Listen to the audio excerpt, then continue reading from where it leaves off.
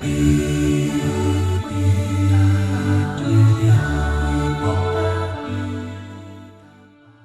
sujet que je voudrais examiner dans ce chapitre n'a aucun sens pour un christianisme qui ne serait qu'un transfert de dogmes, de rites, de règles et d'usages constitués de l'étranger et qui écarterait avec violence les traditions africaines.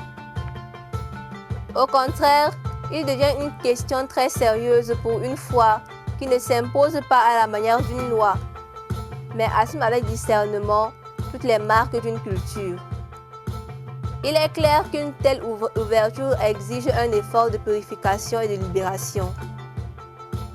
À cet égard, la célèbre querelle des rites chinois demeure un paradigme qui met en lumière les difficultés d'un christianisme confondu à un type de civilisation et incapable de s'affranchir des structures contingentes pour s'ouvrir à l'universel dans le concret de l'histoire. À une époque où l'idée de catholicité tendait à s'identifier avec la conception propre de l'Occident, l'entreprise du P. Ricci et de ses compagnons se heurtait dans l'Europe du XVIIe siècle à un véritable phénomène d'ethnocentrisme. Si le passé éclaire le présent, comment repenser le message chrétien pour lui éviter d'être un facteur de perturbation à une époque d'acculturation où, face à l'irruption d'une civilisation de conquête, l'Africain refuse d'aligner son identité culturelle?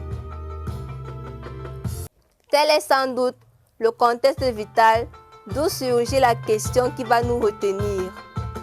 En effet, si les ancêtres ne peuvent être marginalisés dans le discrédit, comment vivre et exprimer notre foi de telle manière qu'elle ne soit pas le reflet aliénant d'un monde étranger, agressant les coutumes et les croyances autochtones?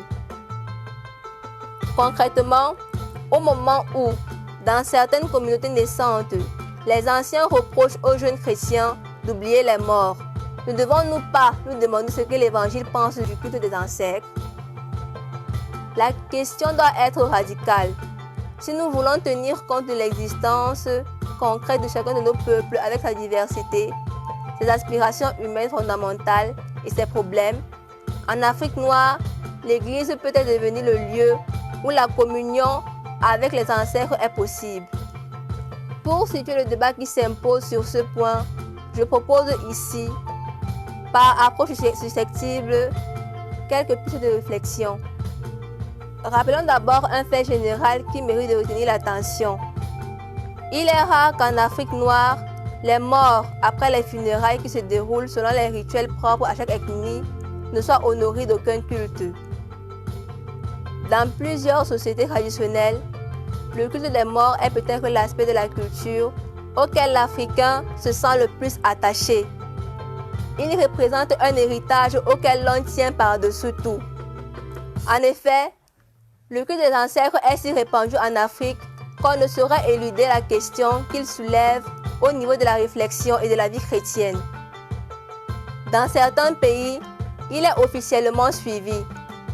Nous en avons un exemple typique avec le Zaïre, où, au cours de toutes les réceptions officielles, le premier verre doit être levé en l'honneur des ancêtres, en versant quelques gouttes symboliquement sur la terre où ils reposent. Cet hommage revêt des formes multiples qui sont propres à chaque type de société africaine. Pour approfondir le sens du problème qui nous intéresse, il nous suffit de dégager la structure fondamentale du culte des ancêtres en Afrique noire et d'essayer de ressaisir son intention profonde, l'idée directrice qu'il incarne. Dans cette perspective, il faut souligner l'importance des signes qui investissent et enveloppent la vie de l'Africain, lui rappelant la présence des ancêtres dans la trame de son existence. Notons à cet égard la valeur du nom nouveau donné au cours de l'initiation qui constitue non seulement un langage fait de gestes et de symboles, mais une expérience décisive où s'opère un changement de statut ontologique, conférant une manière d'être au monde en référence aux ancêtres. Remarquons aussi, dans la configuration de l'espace vécu, l'existence d'un caveau familial, où reposent dans leur tombe les défunts de diverses générations. Pour la mentalité africaine, une tombe est une consécration de la présence de l'invisible. Le cimetière où dorment les ancêtres est un lieu sacré. C'est là qu'on leur agresse des offrandes et qu'on les consulte dans les circonstances graves. Chez les Bantous, le serment le plus solennel se fait sur leur tombe. L'art nègre sert le culte des ancêtres. Nul n'ignore le rôle et la fonction des statues et des masques d'ancêtres dans une grande partie des sociétés africaines. On sait aujourd'hui que ces objets ne sont pas des fétiches, comme les amateurs d'art exotique l'ont fait croire longtemps au public européen. La statue et le masque figurent, mais ils le font sur le plan humain et non divin. Une statue n'est pas adorée, elle manifeste la présence spirituelle de l'ancêtre. Et les symboles qui figurent parfois sur la statue des ancêtres disent ce qu'était le pouvoir de chacun.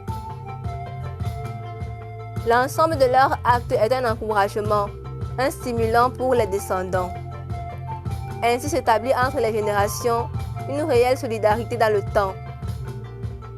Dans le même sens, il convient de rappeler la puissance évocatrice du masque nègre qui dramatise la présence de l'ancêtre parmi les vivants. Dans notre société, certains groupes ethniques conservent enterré sur le lit le crâne de l'ancêtre à qui on offre régulièrement des libations, comme on le voit chez les Bamileke. Ailleurs, on dresse plus simplement un autel pour ses ascendants, parents, grands-parents. Chez les montagnards du Nord Cameroun, où le culte des ancêtres est très poussé, chaque chef de famille possède une poterie qui représente son père ou son grand-père. Cette poterie est souvent appelée Baba, du même terme que celui dont l'homme désignait son père de son vivant. Il est surprenant de voir les populations apparemment les plus frustres, chez lesquelles on attendrait les manifestations les plus grossièrement matérielles, s'élever jusqu'à une telle spiritualisation, à un culte rendu non pas à des tombes, ni même à des crânes, mais à un élément purement symbolique. Dans toute la montagne du Nord Cameroun, l'âme du défunt réside dans une poterie vide, le plus souvent posée sous le grenier à mille, qui est le cœur de l'habitat montagnard. C'est là, précisément, que les ancêtres ont une place privilégiée. Si en découvrant ces poteries on demande « qu'est-ce cela ?», le chef de la famille répondra sans hésitation « c'est mon père ou c'est mon grand-père ». Le culte des ancêtres illustre un aspect capital de la symbolique africaine.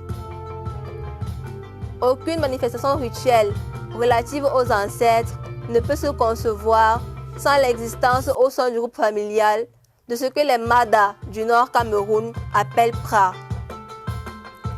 Terme qui désigne à la fois la poterie représentant l'ancêtre et le culte qui lui est rendu. En d'autres termes, il n'y a de prière possible, de libation, de sacrifice, de célébration de fête des ancêtres qu'avec le Pra. Mais la poterie funéraire n'est pas seulement la condition de toutes les liturgies des défunts. Elle exprime aussi la compréhension africaine de la mort. En effet, il est caractéristique de bien des cultures africaines de ne jamais dire de quelqu'un qu'il est mort. D'une personne, on dira volontiers qu'elle est partie, qu'elle nous a laissés, qu'elle n'est plus, qu'elle est passée. John Beatty a rassemblé de diverses régions d'Afrique une longue liste de telles expressions. Pour l'Africain, la mort n'est pas une annihilation de l'être. En rigueur, on ne craint pas la mort. Ce que l'on redoute, c'est de mourir sans enfant. L'absence de garçon, en particulier, est la pire des malédictions pour le noir. Or, à travers cette obsession de l'enfant, se dévoile une préoccupation profonde.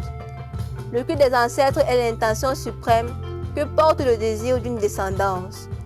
Car il est redoutable de mourir après avoir brisé les liens de la famille, du clan et de la communauté.